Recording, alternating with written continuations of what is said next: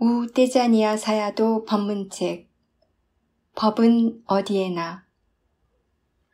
순간에서 가속도로. 사람들은 수행이라고 하면 흔히 수행자가 눈을 감고 자리에 앉아 있는 모습을 상상합니다. 하지만 좌선하고 있다고 해서 꼭 그 사람이 수행한다고 할 수는 없습니다. 아주 조용히 앉아서는 망상만 하고 있을 수도 있습니다.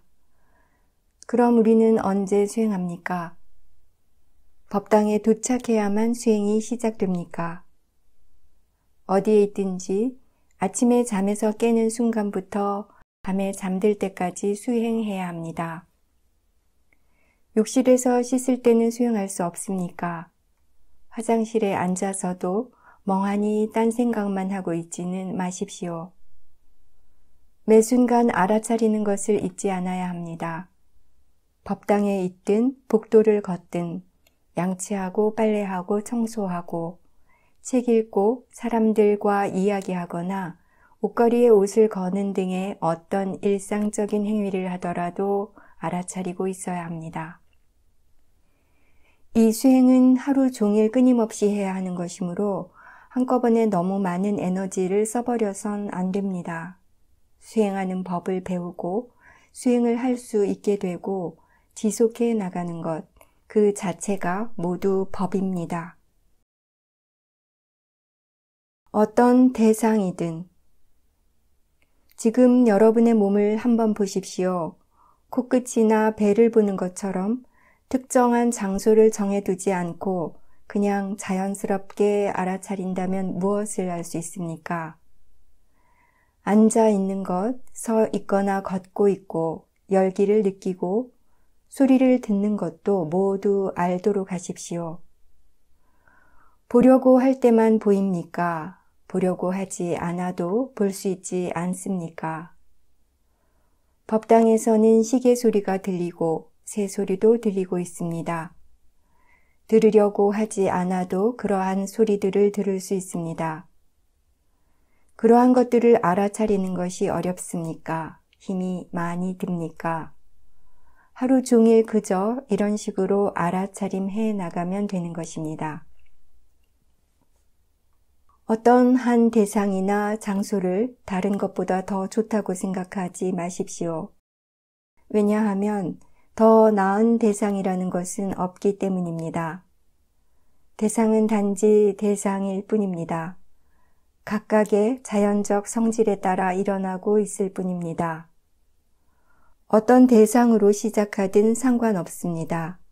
6가지 감각 대상 중에 자신에게 맞는 것으로 시작하면 됩니다. 잊지 말아야 할 것은 어떤 대상으로 수행을 시작하든 알아차림과 지혜가 함께 있어야 한다는 것입니다. 수행하는 마음을 점검하십시오. 빨간색 안경을 쓰면 모든 것이 빨갛게 보일 것이고 파란색 안경을 쓰면 모든 것이 파랗게 보일 것입니다. 좋아하거나 싫어하는 마음으로 대상을 관찰한다는 것은 색안경을 쓰고 보고 있는 것과 같습니다. 관찰하는 마음에 좋아하는 마음이 있다면 그 대상은 탐심의 대상이 될 것이고 관찰하는 마음에 싫어하는 마음이 있다면 그것은 진심의 대상이 될 것입니다. 그러면 마음은 더 이상 대상을 단지 대상으로 알 수 없게 됩니다. 관찰하는 마음에 주의를 기울이지 않고 대상을 보려는 마음만 너무 강할 때는 그런 탐심과 진심을 알아차리기가 어렵습니다. 탐심이 있습니까? 진심이 있습니까? 중요한 것은 대상에 무슨 일이 일어나고 있는가가 아니라 그 대상을 어떤 마음으로 관찰하고 있는가 하는 것입니다. 자연스러운 관찰. 마음이 언제 긴장합니까? 지금 일어나고 있는 것을 거부하거나 다른 무엇인가를 원할 때 마음은 긴장하게 됩니다. 번뇌는 늘 사실을 있는 그대로 내버려 두지 않습니다. 번뇌는 무엇인가가 일어나길 원하고 결과를 바라며 일어나는 것들을 통제하려고 합니다. 원하는 것을 얻기 위해서 힘을 쓰고 집중하고 만들어내거나 제한하려고 합니다.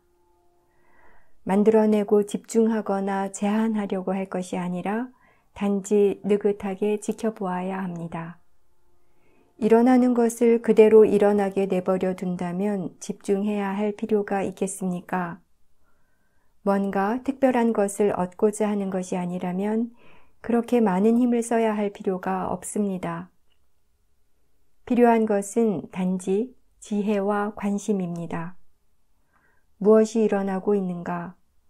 어떻게 작용하고 있는가?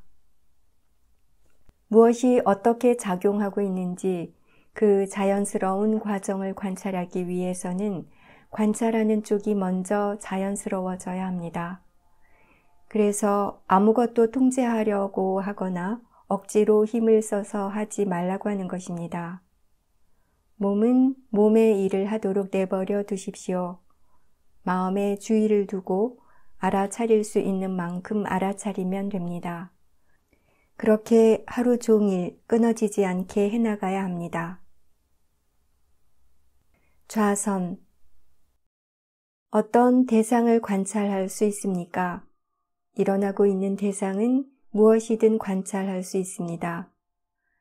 주의가 코끝으로 간다면 그것을 관찰할 수 있습니다.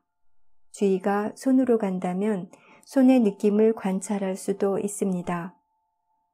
이미 손에 주의가 있는데 그것을 다시 코끝으로 옮겨야 하겠습니까? 아닙니다. 마음이 이미 다른 대상에 주의를 두고 있는데 그것을 다시 코끝으로만 계속 옮기려고 한다면 너무 힘이 들게 됩니다. 코끝의 느낌을 대상으로 아는 것과 손의 느낌을 대상으로 아는 것에 무슨 차이가 있습니까? 다를 것이 없습니다. 마음의 주의가 소리 쪽으로 기운다면 어떻게 됩니까? 수행자, 소리를 알아차리게 됩니다. 소리가 방해가 됩니까? 소리를 단지 자연스럽게 일어나는 현상으로 알고 받아들인다면 소리는 여러분을 방해할 수 없습니다. 소리가 들릴 때 그저 들리는 것을 알려고 할 것입니다. 지금까지 대부분의 일상생활은 번뇌가 만들어낸 힘에 좌우되어 왔습니다. 그런데 여기에 와서 탐심, 진심으로서 수행하지 않도록 하자 처음에는 마음의 기운이 없고 약해진 것처럼 느껴질 것입니다. 하지만 며칠 지나면 조금씩 알아차림이 늘어나 마음이 안정되고 고요해지면서 조금씩 깨어난다는 것을 느끼게 될 것입니다. 그렇게 마음이 조금 깨이고 나면 어떻게 될까요? 생각이 끊임없이 일어난다는 것을 발견하게 될 것입니다. 하지만 이것도 걱정할 일은 아닙니다. 자연스러운 것입니다. 전혀 문제가 되지 않습니다. 하지만 생각 또한 마음이지 않습니까? 진정으로 마음에 대해 배우고 싶다면 생각들도 알아야 합니다. 이것을 이해할 수 있겠습니까? 그렇다면 왜 생각이 일어나는 것을 싫어합니까?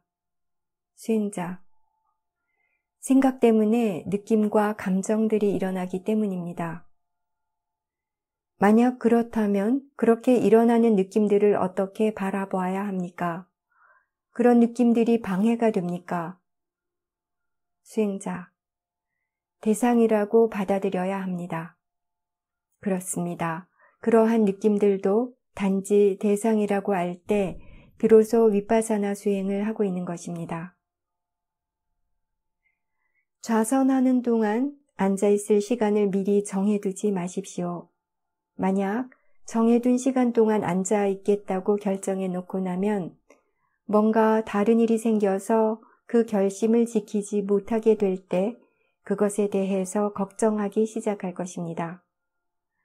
그런 불안으로 인해 마음은 동요되고 사마디도 약해지게 될 것입니다. 그러므로 특별한 시간을 정해놓고 수행하지 마십시오. 그 순간에 무엇이 일어나고 있는지 아는 것으로 충분합니다. 계속 앉아있는 것이 힘들다면 일어나서 걷는 것도 괜찮습니다. 다만 몸과 마음에서 일어나는 것을 계속해서 알아차리는 것을 잊지 마십시오.